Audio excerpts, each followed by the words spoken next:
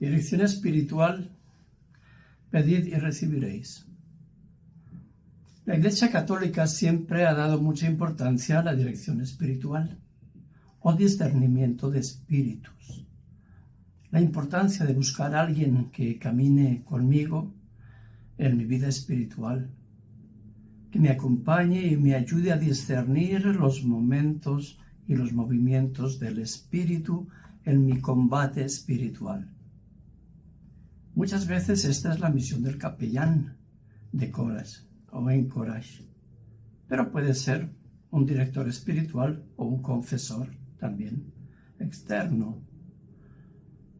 Sobre todo pensando en nuestros miembros de Courage, creo que también ayudaría a explicar cómo el espíritu de la mentira muchas veces en nuestras luchas nos lleva a callar, a esconder, a mentir, a angustiarnos. Y eso hace que solo nos encerremos más en nuestras ideas o incluso en nuestras mentiras.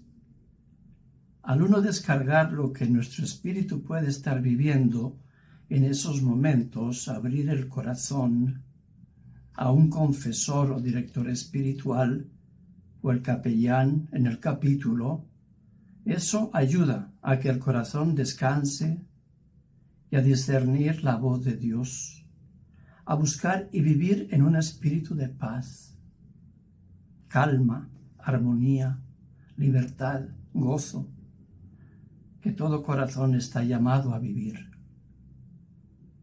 Creo que muchos miembros de Courage no conocen o no saben la bendición que es contar con alguien que camina con uno en la vida de fe. Todo es más fácil de comprender, de abrazar, es más llevadero cuando cuentas con alguien en tu caminar de fe, que ayude a ser más consciente de los movimientos del espíritu. Una de las consultas más frecuentes por parte de los fieles en general y también en el capítulo, tanto en las confesiones incluso, viene expresada en forma de queja contra Dios. Es frecuente escuchar: Dios no me escucha. Dios se ha olvidado de mí. Dios no me concede lo que le pido. Quisiera centrarme entonces en el tema de la dirección espiritual, pero particularmente en el tema de la oración y más específicamente en dar una respuesta a esta pregunta que, repito, es recurrente. Dios no me escucha. En efecto, Jesús ha dicho: pedid y recibiréis, Mateo 21, 22. ¿Pero lo tomamos en serio? ¿Nos lo creemos? Dios nos está diciendo: pidan. Imaginemos que es nuestro papá que nos dice: pide y recibirás. O nuestro jefe que nos lo dice. Pero no, es Dios mismo. Y no aprovechamos la oferta, porque tal vez no lo creemos del todo. Debemos, pues, creer firmemente que toda oración dicha con sinceridad es escuchada por Dios. Ninguna oración queda desatendida. Entonces, ¿por qué tenemos la impresión a veces de que Dios no escucha nuestra oración? Veamos. Jesús dice que si un niño pide a su papá un pescado, no recibirá una serpiente. Y si el niño pide a su papá un huevo, el papá no le dará un escorpión. Con mucha razón, eso mismo hará Dios. Lucas 11, 11, 13. Pero supongamos que el niño pide a su papá un escorpión. Desde luego el papá se lo negará. precisamente porque lo ama y sabe que es peligroso. Aunque el niño insista o proteste, el papá no le dará un escorpión. El pequeño no percibe el peligro y cree que su papá no lo quiere. Mi papá no me escucha. Lo mismo sucede con Dios. ¿No será que a veces pedimos escorpiones en nuestra oración y por eso el Señor no concede lo que le pedimos?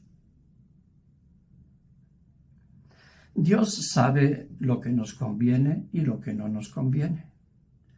Él es Padre, amoroso y todopoderoso. Tengámosle confianza. Nunca perdamos la confianza en el amor de Dios y en su poder.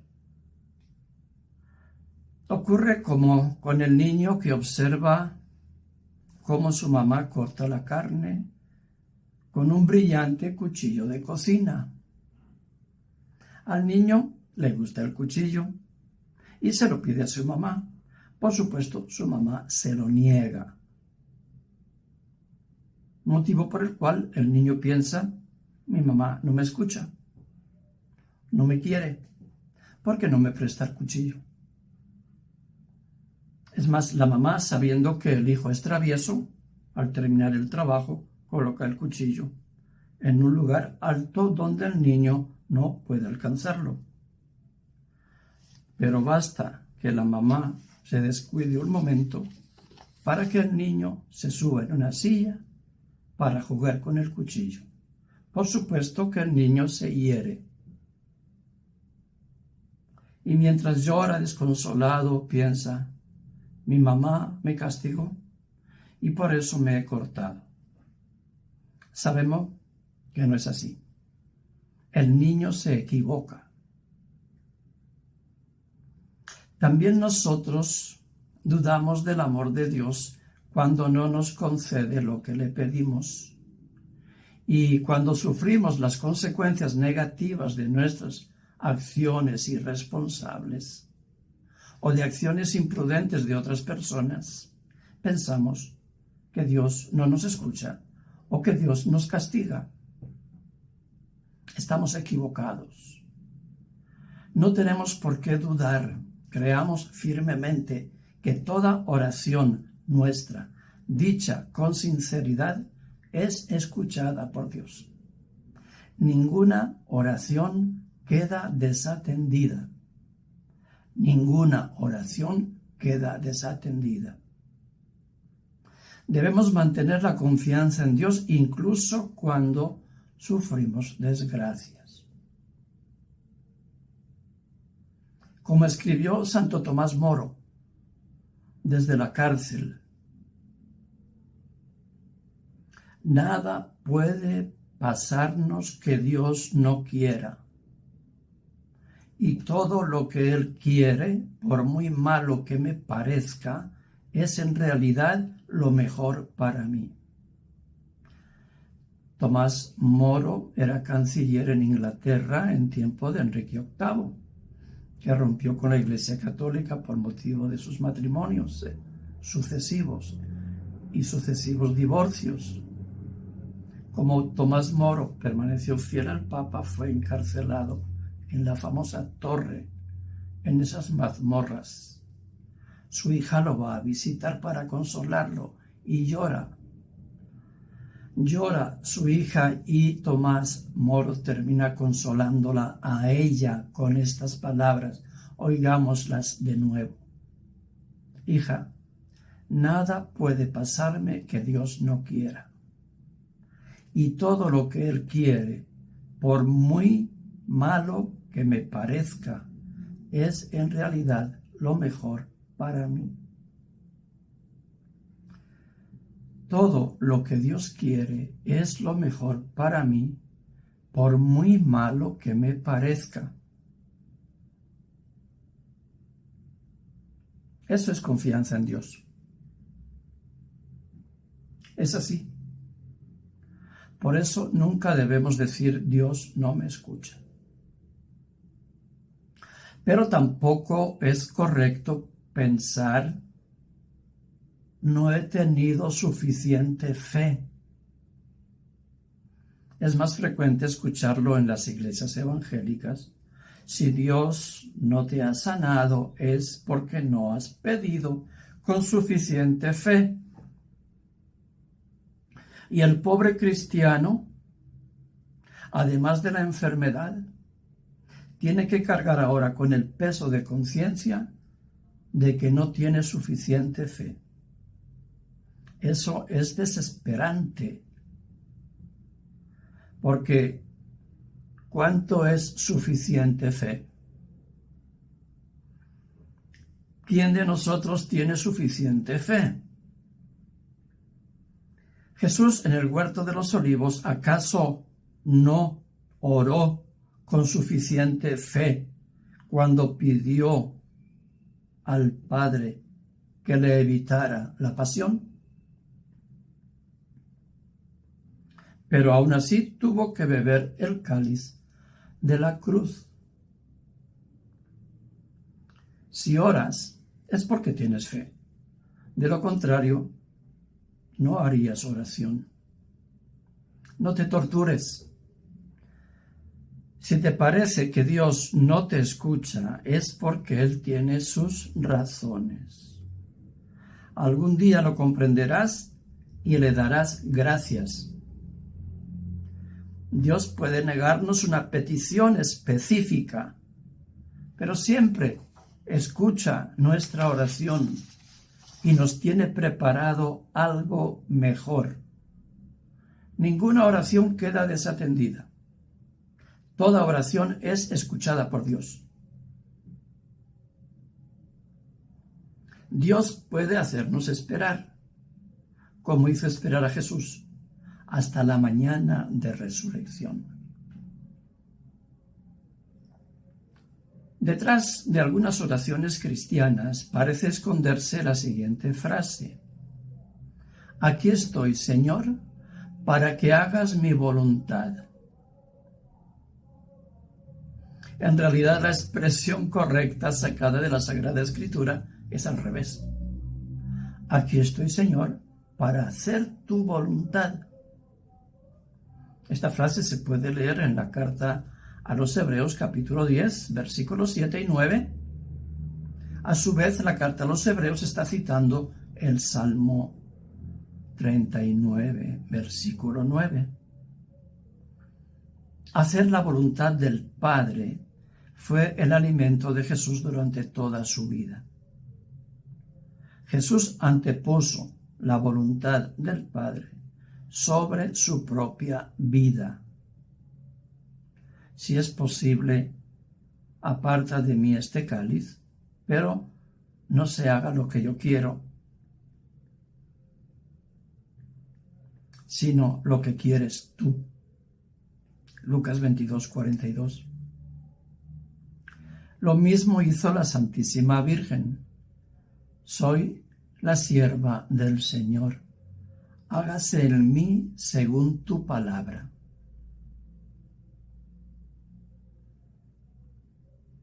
Y eso consiste también en la espiritualidad cristiana. Lo decimos cada vez que rezamos el Padre Nuestro. Hágase tu voluntad en la tierra como en el cielo.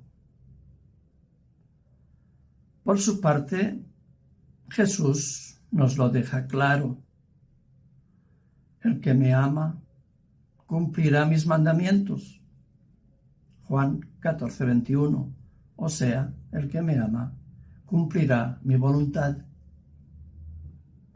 Por lo tanto, no tiene base pretender seguir siendo un buen cristiano o católico si se vive apartado del cumplimiento de la voluntad de Dios. Comencemos por ahí. Es necesaria e ineludible la conversión. La conversión hacia la voluntad de Dios, el alejamiento del pecado, el cambio de vida. Es necesaria la lucha espiritual. Ello implica reconocer que somos pecadores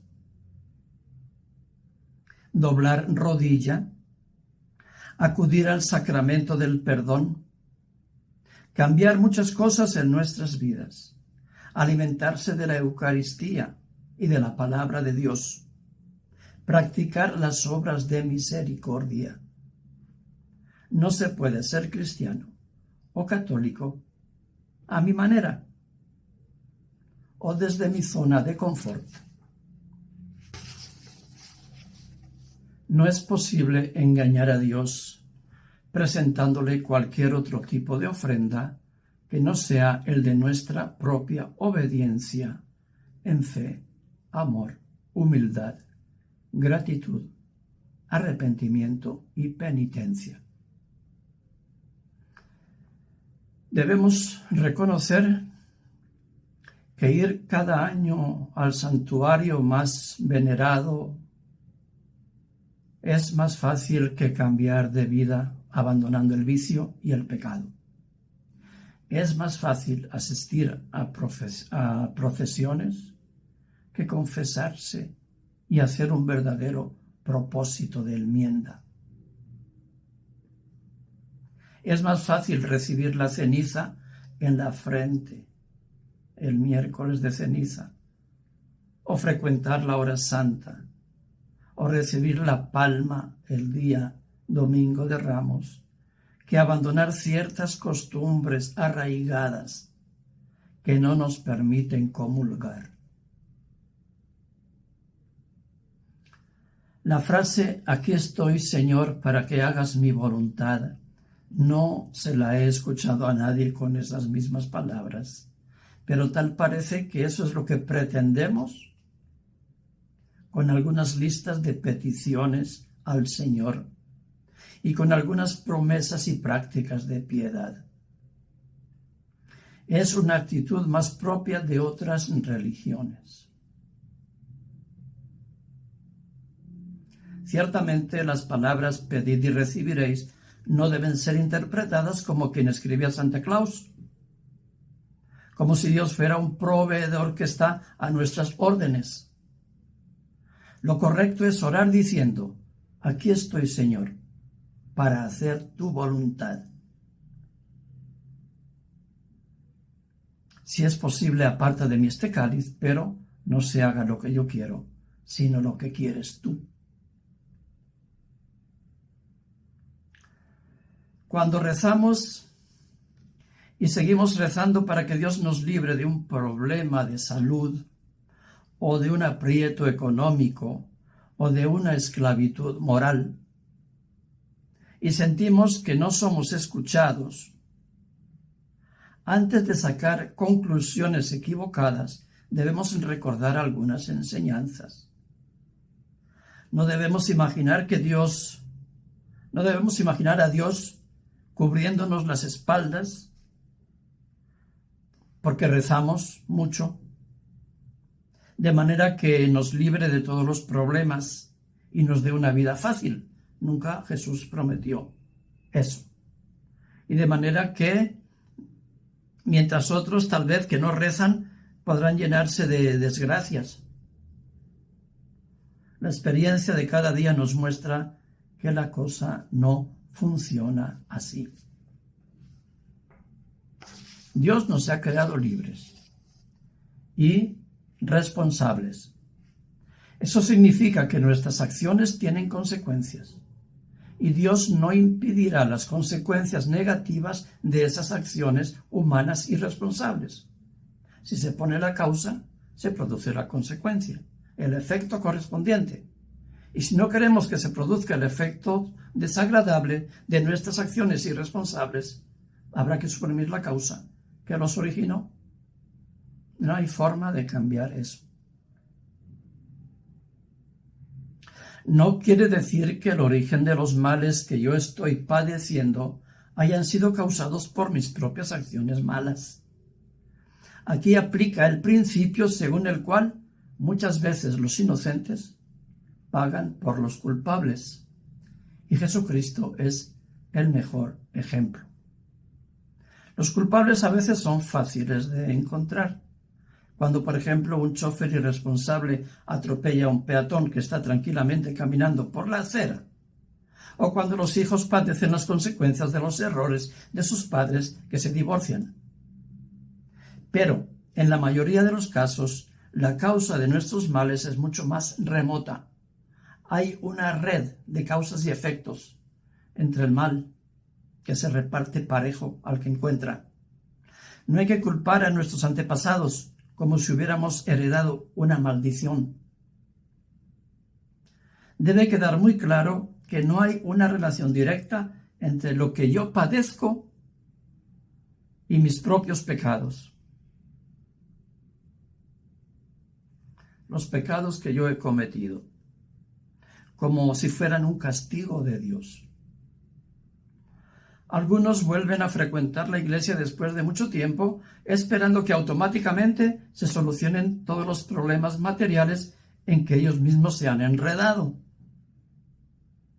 Puede ser, por el contrario, que al volver a la iglesia los problemas se incrementen.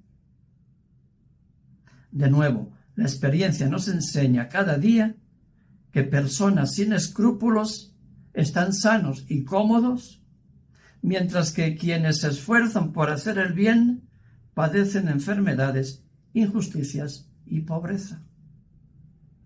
Jesús lo dijo muy claro. ¿Piensan que aquellos 18 sobre los que se desplomó la torre de Siloé y los mató eran peores que los demás? No. Os lo aseguro que no. Lucas 13:4. Hay que seguir, pues, profundizando. Es cierto, sí, que el mal del mundo tiene su origen en el alejamiento de Dios, o sea, en el pecado. Pero ese pecado se ha extendido tanto y el mal se ha hecho tan grande que los sufrimientos se extienden de manera ciega y afectan al que encuentran, como el torbellino de un tornado o la bola de nieve que va creciendo al caer y arrolla indiscriminadamente todo lo que encuentra, buenos y malos. Dios hará justicia en su día, premio o castigo según merecimientos. Pero, mientras tanto, no impide que, como humanidad, asumamos entre todos las consecuencias negativas de tantas acciones irresponsables. Pensemos, la provocación de una guerra. Este valle de lágrimas es lo que hemos conseguido entre todos, con nuestra necia actitud de ignorar y despreciar la ley de Dios.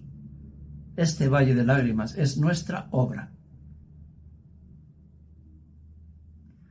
Cristo no solo nos enseñó el Padre Nuestro como modelo de oración, sino que nos dio ejemplo de oración en el huerto de los olivos. Su oración se introduce así: Padre, si es posible. Y concluye así: pero no se haga mi voluntad, sino la tuya. En medio de esa introducción y de esa conclusión hay una petición concreta: aparta de mí este cáliz, el cáliz de la pasión y de la muerte. Uno puede suponer, durante la angustia de Jesús en el huerto de los olivos, que Jesús pensó: el Padre es poderoso y me ama. Si me pide este sacrificio, es por una buena razón. Por lo tanto, esto no puede terminar mal. Lo dejo en sus manos con una confianza total.